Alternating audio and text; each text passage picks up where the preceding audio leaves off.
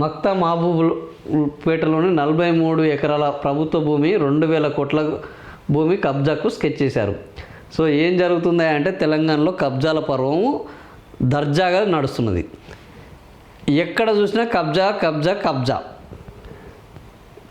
2,000 కోట్ల ప్రభుత్వ భూమిని కొట్టేసేందుకు ఓ ముఠా లేని దస్తావేజులు పుట్టించింది. ఏకంగా 58 ఏళ్ల క్రితం రిజిస్ట్రేషన్ జరిగినట్టు నకిలీ డాక్యుమెంట్లు సృష్టించింది.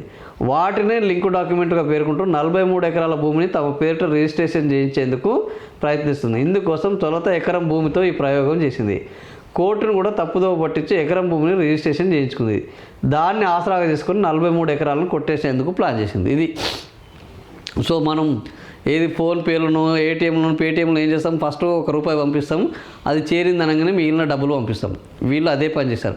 ఫస్ట్ ఒక ఎకరానికి ఎసరు పెట్టారు, అది సక్సెస్ కావడంతో 43 ఎకరాలకు ఎసరు పెట్టారు.